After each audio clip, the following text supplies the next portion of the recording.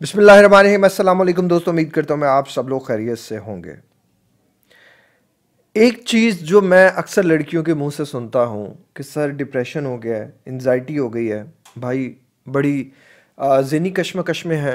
और एक चीज़ जो हम अपने शोहर से सुन रहे हैं लगातार, तुम ड्रामे कर रही हो, अपने ड्रामे करना बंद करो वरना मैं तुम्हें तलाक दे दूंगा, जाओ अपने मैके दफ़ा हो जाओ, तुम क्या सुबह शाम ड्रामे करती रहती हो। वाह, क्या बात है। मैं ऐसे मर्दों को अब क्या कह सकता हूँ। मतलब अगर कोई इंसान बीमार हो गया है, अगर कोई इंसान किसी ज़हनी तौर पे किसी कश्मकश में चला गया है, कोई इमोशनल उसे कोई प्रॉब्लम आ गई है, आप कैसे जीवन साथी हैं? आप क्या कर रहे हैं? आप एक हंसते बसते इंसान की ज़िंदगी को तबाह कर रहे हैं। मतलब अगर वो ठीक है तो तुम्हारी, अगर वो बीमार हो गई तो हमारी। कैसी सोच है आपकी। आप बीवी की पर्सनल बातें लोगों से शेयर कर रहे हैं। बीवी की जो बातें आपको छुपानी चाहिए वो आप अपने बहन भाइयों से डिस्कस कर रहे हैं। उसकी ज़हनी हालत का मजाक बना रहे हैं, उसे लोगों में जो है वो बुरा बना रहे हैं। तो आप किसी का कुछ नहीं कर रहे, अपना नुकसान कर रहे हैं। मैं समझता हूँ कि दुनिया में जितनी भी प्रॉब्लम्स, जितनी भी बीमारियाँ, खुदा न खास्ता अगर किसी औरत को लग जाती है ना कोई बीमारी, तो उसका सबसे बेहतरीन इलाज होता है उसका शोहर। उसको अगर उसके हस्बैंड की तरफ से टाइम दिया जाए, केयर दी जाए और फुली अटेंशन दी जाए, तो वो किसी भी तरह की प्रॉब्लम से निकल सकती है, किसी भी तरह की बीमारी से लड़ सकती है। औरत की सबसे बड़ी ताकत उसका शोहर होता है। अगर आप एक लड़की को, एक औरत को दुनिया की बेस्ट से बेस्ट दवाई भी दे दो, लेकिन जो देने वाला इंसान है वो उसके साथ मुखलिस नहीं है, उसके पास टाइम नहीं है और वो बड़े गुस्से से उसको दे रहा है, इग्नोरेंस के साथ उसे दे रहा है, तो वो दवाई उस पर असर नहीं करेगी। उसी तरह ही अगर एक औरत आपके साथ लॉयल होती है ना, तो वो आपके साथ टूटे फूटे घर में भी गुजारा कर लेती है। औरत और मर्द की लॉयल्टी बहुत ज़्यादा मैटर करती है। दुख होता है, तकलीफ होती है जब कोई लड़की ये बात करती है कि भाई शोहर नहीं समझ रहा। मैं आज तमाम मर्दों से एक बात कहना चाहूँगा, ऐसा नहीं कि मैं आपको ये बातें कर रहा हूँ तो मैं ख़ुद अपनी बीवी के साथ जो है वो मेरे मामलात कुछ और हैं। मैंने अपने सेल्फ एक्सपीरियंस से देखा है कि मैंने अपनी वाइफ को जब भी टेक केयर की है, जब भी टेक केयर से मुराद जब वो बीमार हुई हैं, जब मेरी वाइफ को डेंगू हुआ तो उनके प्लेटलेट्स बहुत कम हो गए, तो मैंने सारे काम छोड़ के फुली अटेंशन दी और अल्हम्दुलिल्लाह डेंगू से रिकवरी हो गई। फिर टाइफाइड हुआ, टाइफाइड बुखार से जो है वो काफ़ी ज़्यादा मैंने सारे काम छोड़ के उनकी केयर की, वो इंशाल्लाह अल्हम्दुलिल्लाह वो रिकवर हो गई। लो ब्लड प्रेशर चला, फिर एक वक्त आया उनको जो है वो हेपेटाइटिस बी हो गया, उसको मैंने अल्हम्दुलिल्लाह टाइम दिया और मैंने सारी चीज़ों को जो बेहतर बेस्ट पॉसिबल मैं कर सकता था मैंने किया। मैंने जितनी चीज़ें अपनी इस मैरिड लाइफ से सीखी हैं ना, मुझे लगता है कि इस सब में मर्द को एक फ़ादर का रोल अदा करना चाहिए। मर्द को अपने लाइफ पार्टनर को ऐसे डील करना चाहिए जैसे वो अपनी बेटी को डील करता है। मेरी जब शादी हुई थी, मेरी वाइफ को कुकिंग नहीं आती थी। मैंने पूरी कुकिंग जो है वो उनको सिखाई। मेरी वाइफ को गॉल ब्लैडर स्टोन हुआ, गॉल ब्लैडर स्टोन हुआ तो मैं डॉक्टर के पास लेकर गया, तो डॉक्टर ने कहा जी कि अब इसका इलाज एलोपैथी में सिर्फ यही है कि गॉल ब्लैडर जो है वो रिमूव होगा। मैंने गॉल ब्लैडर रिमूव करवाने से मैं बहुत डर रहा था, क्योंकि मैं ये चीज़ नहीं करना चाहता था। मेरी बहन ने गॉल ब्लैडर रिमूव करवाया था तो उस बेचारी की हालत बड़ी ख़राब हो गई थी, तशवीशनाक हो गई थी। उसके बाद जो है वो रिस्ट्रिक्टेड हो गई, कुछ चीज़ें खा सकती है, कुछ नहीं खा सकती, उसकी सेहत भी ख़राब हो गई। देन आई डिसाइडेड कि नहीं, मैंने ये नहीं होने देना। मैंने रिसर्च शुरू की और मैं होम्योपैथिक की तरफ चला गया। 3 महीने मुझे याद है, 3 महीने लगे और अल्हम्दुलिल्लाह उसका जो था वो स्टोन रिमूव हो गया, जस्ट मेडिकेशन से ही। मेडिकेशन में मेरे ख्याल से उतनी पावर नहीं थी जितनी पावर मेरे उस बिहेवियर में थी, मेरी उस केयर में थी। सुबह शाम दवाई, 3 टाइम दवाई देनी, खाना टाइम पे खिलाना, वॉक करानी, उनको चलाना फिराना, वो मेरी रिस्पॉन्सिबिलिटी थी। उन 3 महीनों के लिए मेरी जो सबसे बड़ी इन्वेस्टमेंट थी वो मेरी वाइफ थी। मुझे उसके इन रिटर्न कुछ नहीं चाहिए, जो भी ये देता है वो अल्लाह की ज़ात देती है। यहाँ बताने का मकसद सिर्फ यही है, मैं तमाम मर्दों से एक ही बात कहना चाहूँगा कि आपकी सबसे बड़ी इन्वेस्टमेंट आपकी वाइफ होती है। अगर आप अपनी वाइफ पे इन्वेस्टमेंट नहीं कर रहे, अगर वो बेचारी बीमार है, किसी तकलीफ़ में है और आप उसे यूं इस हाल में छोड़कर चले जाओगे, तो आज आप किसी की बेटी के साथ करोगे।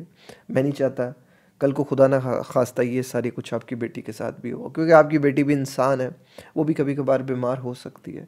अगर आप किसी को बीमारी में छोड़कर चले जाओगे या उसको अपनी ज़िंदगी से निकाल दोगे, तो जिसको लाओगे ज़िंदगी में, क्या वो कभी बीमार नहीं होगी?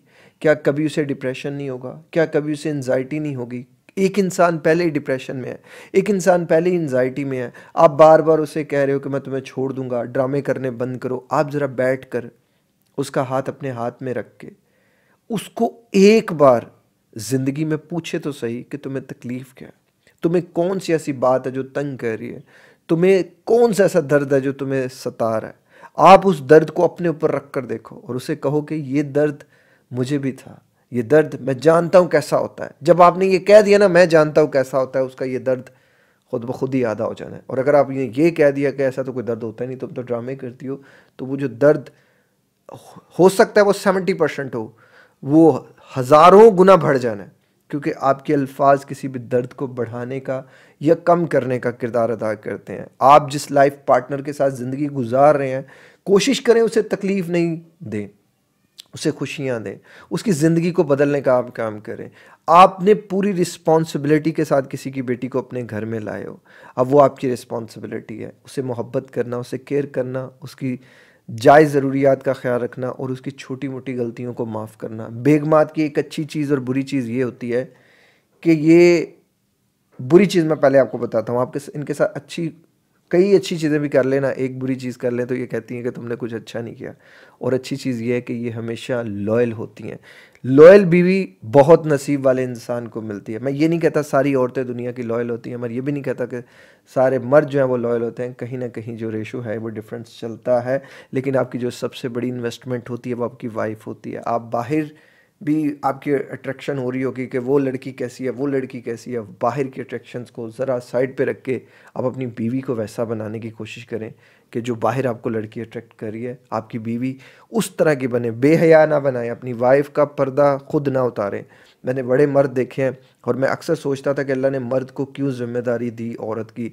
लिटरली मुझे अब जाके अंदाज़ा होता है कि वाकई अल्लाह ने अगर दी है ना तो मर्द के ऊपर ज़्यादा पकड़ है। मर्द को 100 पापड़ बेलने पड़ते हैं, 100 कुछ करना पड़ता है अपने रब को खुश करने के लिए। और औरत सिर्फ अपने शोहर को खुश कर ले तो अल्लाह उससे खुश हो जाता है।